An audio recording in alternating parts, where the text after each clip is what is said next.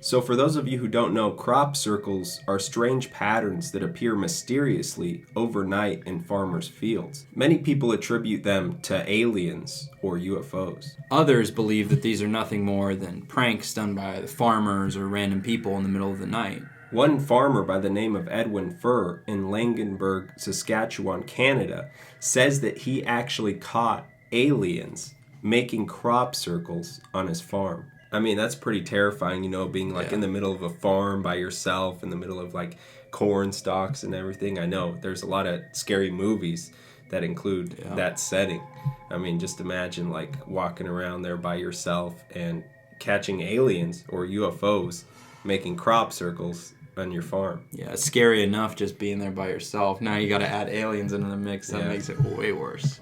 So on September 30th of 1974, Edwin Furr noticed something glinting off to the side of the field in the sun. When he got closer, he noticed that this thing was spinning at a high rate of speed. He initially described it as a metallic object like some sort of brushed aluminum. He was puzzled because it was like nothing that he had ever come across before, and it was rotating. He also saw some sort of pipe or rod sticking out of the UFO, like a probe that was probing the marsh area. He was startled and didn't know what to do.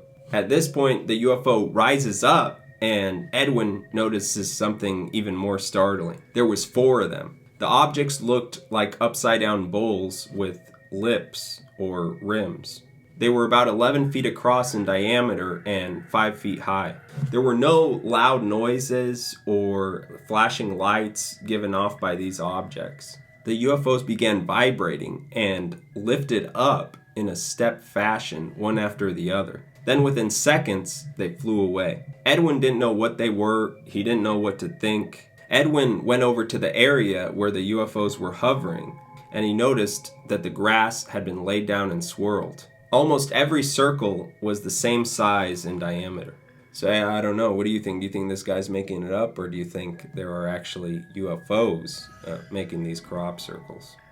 I mean, I don't know, but being in that guy's shoes, walking outside, if this story is true, I couldn't even imagine seeing something like that.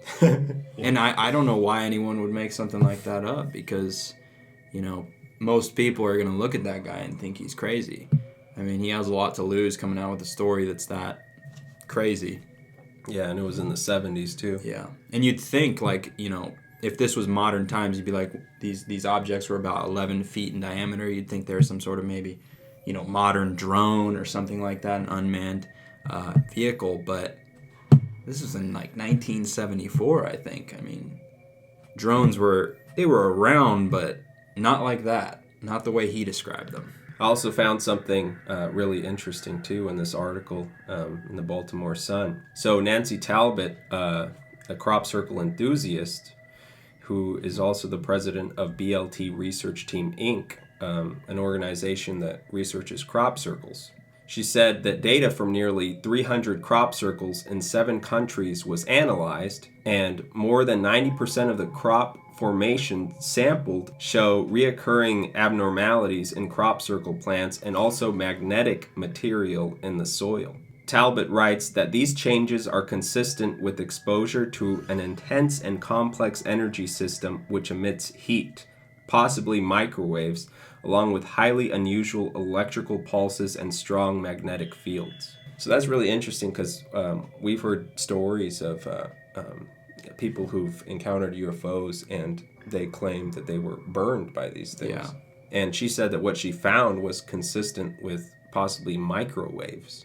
So these crafts, if they are real and they're creating these things, she found traces of radiation or something being emitted from these things. I mean, that's crazy that she found scientific proof.